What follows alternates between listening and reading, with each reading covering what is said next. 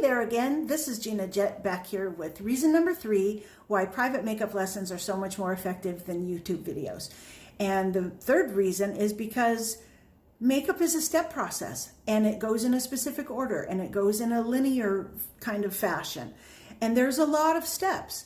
And so for you to find a video for every single step of the process is going to be very confusing, and it's going to be very conflicting because nobody has just one long video that covers the entire step process from beginning to end.